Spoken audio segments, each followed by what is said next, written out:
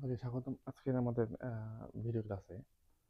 আজকে আমি যে বিষয়টি নিয়ে আলোচনা করব সেটা হলো যে এসএসসি 2027 তোমাদের যে জীববিজ্ঞান বইটা আছে, এই জীববিজ্ঞানের দ্বিতীয় অধ্যায়ের গুরুত্বপূর্ণ 3-4টা শব্দ নিয়ে আলোচনা করব। তার মধ্যে প্রথম যে বিষয়টা হলো সেটা হলো যে প্রথমে যে বিষয় নিয়ে কথা বলবো সেটা হলো প্রোটোপ্লাস্ট সম্পর্কে। মানে তোমরা দেখতে পাচ্ছ যে এখানে 4টে শব্দ দেখছি আমি। এটা হলো প্রোটোপ্লাস্ট, প্রোটোপ্লাজম, সাইটোপ্লাজম আর হলো প্লাজমা মেমব্রেন। এই 4টে শব্দকে সবাই কিন্তু গুলিয়ে ফেলো যে আসলে কোনটাকে কি বলে। তো আজকের ক্লাসে আমি এটা একদম ক্লিয়ার করে দেবো সবাইকে, এই জন্য সবাই মনোযোগ সহকারে দেখবা। দেখো, আমি এখানে একটা মোটামুটিভাবে একটা কোষ একটু বাইরের স্ট্রাকচার আর্ট করছি, মানে আর্ট করছি। তো এখানে দেখো, প্রথম যে ওয়ার্ডটা সেটা হলো প্রোটোপ্লাস্ট।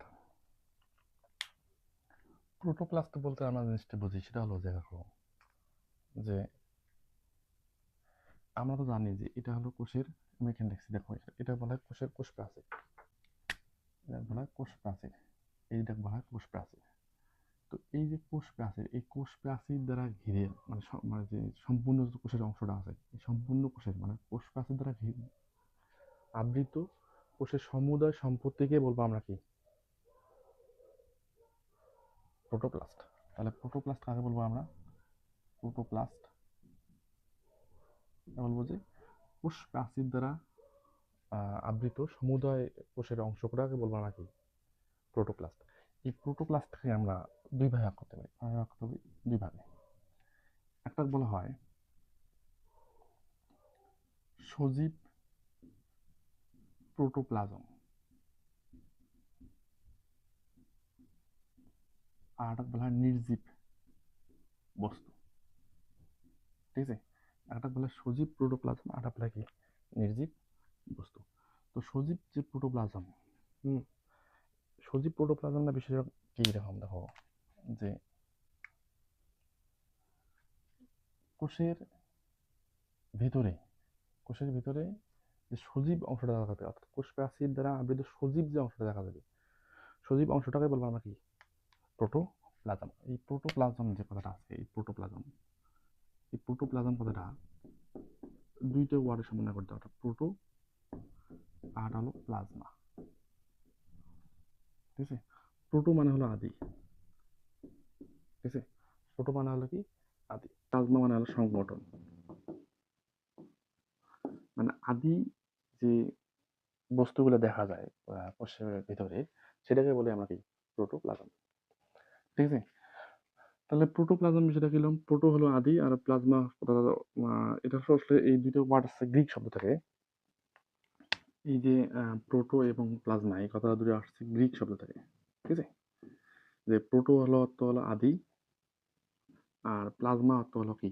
সংগঠন। ঠিক আছে, আহ, সর্বপ্রথম একজন বিজ্ঞানী, তার নাম হলো হাক্সলি। হ্যাঁ, হাক্সলি বলছিলেন যে যেহেতু এই সজীব কোষের ভিতরে যে সজীব যে অংশটা আছে, এই সজীব অংশটা যেহেতু প্রোটোপ্লাজম বলা হয়, এই জন্যে বিজ্ঞানী হাক্সলি এই প্রোটোপ্লাজমকে জীবনের ভৌত ভিত্তি বলেছেন। জীবনে কি বলেছেন? ভৌত ভিত্তি বলেছেন। ঠিক আছে, ওকে, এখন দেখবো আমরা আসলে প্রোটোপ্লাজমকে আমরা তিনটা ভাগে ভাগ করতে পারি। একটা হলো প্লাজমা মেমব্রেন, সাইটোপ্লাজম, আর একটা হলো নিউক্লিয়াস। ঠিক আছে, যে প্লাজমা মেমব্রেন বা এটাকে বলা হয় কোর ঝিল্লি, প্লাজমা মেমব্রেন বা এটাকে বলবো আমরা কি? কোর ঝিল্লি। ঠিক আছে, প্লাজমা মেমব্রেন বা এটাকে বলি আমরা কোর ঝিল্লি। তারপর হলো সাইটোপ্লাজম, আর এটা হলো নিউক্লিয়াস। ঠিক আছে, এই প্রোটোপ্লাজমকে আমরা এই তিনটে জিনিস পাবো প্রোটোপ্লাজম ভাগ করলে। এটা হলো প্লাজমা মেমব্রেন, সাইটোপ্লাজম, আর এটা হলো কি? নিউক্লিয়াস। তো প্লাজমা মেমব্রেন যে বিষয়টা, সেটা হলো এই প্লাজমা মেমব্রেন শব্দটা সর্বপ্রথম ব্যবহার করেন বিজ্ঞানী ন্যাগেলি, হ্যাঁ, 1855 সালে। ঠিক আছে, 1855 সালে বিজ্ঞানী ন্যাগেলি সর্বপ্রথম এই প্লাজমা শব্দটি ব্যবহার করেন। তো প্লাজমা মেমব্রেন সেটা বলা হয়েছে যে আমরা জানি এটা কোষ প্রাচীর, এই কোষ প্রাচীরের নিচে এবং এর নিচে তো থাকে সাইটোপ্লাজম, তাই তো? সাইটোপ্লাজমের চতুর্দিকে, সাইটোপ্লাজমের চতুর্দিকে এই যে সাইটোপ্লাজমের চতুর্দিকে এই যে স্থিতিস্থাপক একটা ভেদ্য পর্দা দেখা যায়।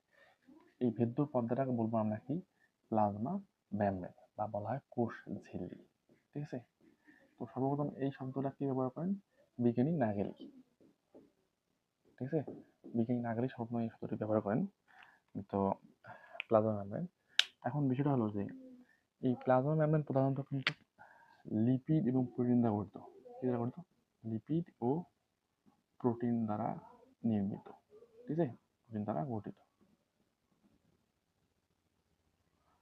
প্লাজমা মেমব্রেন প্রধানত লিপিড এবং কি প্রোটিন দ্বারা তৈরি হয়।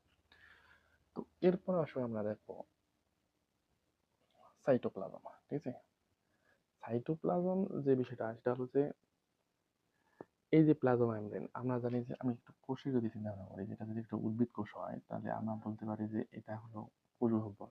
ঠিক আছে, আমরা জানি যে উদ্ভিদ কোষের কোষ গহ্বরটা একটু বড় হয়, এবং এর সাইডের মধ্যে এক সাইডে থাকে কি নিউক্লিয়াস। ঠিক আছে, তো আমরা জানি যে নিউক্লিয়াসের চারটি অংশ থাকে, নিউক্লিয়ার মেমব্রেন, নিউক্লিও লাস, নিউক্লিও প্লাজম, এবং হলো নিউক্লিয়ার রেটিকুলাম, যেটা আমরা ক্রোমাটিন তন্ত্র বলি।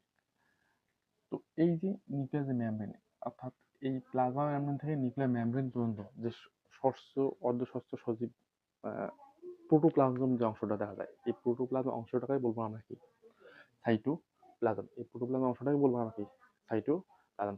অর্থাৎ অংশটা দেখা যায় সেটা বলবো আমরা। তাহলে মানে আমরা বলতে পারি যে নিউক্লিয়াসবিহীন নিউক্লিয়াসবিহীন প্রোটোপ্লাজমকেই আমরা বলবো কি, সাইটোপ্লাজম। নিউক্লিয়াসবিহীন। ঠিক আছে, অর্থাৎ নিউক্লিয়াসকে বাদ দিলে আমরা যে প্রোটোপ্লাজমীয় অংশটা পাবো, সেটা বলবো আমরা কি, এই সাইটোপ্লাজম। ওকে। তো সাইটোপ্লাজম আর প্রোটোপ্লাজমের গঠনগত বৈশিষ্ট্যের দিক দিয়ে কিন্তু কোনো পার্থক্য হয় একই। এটা বলবো আমরা সাইটোপ্লাজম, যে নিউক্লিয়াসকে বাদ দিলে আমরা যাবো, তাই হলো সাইটোপ্লাজম। ঠিক আছে,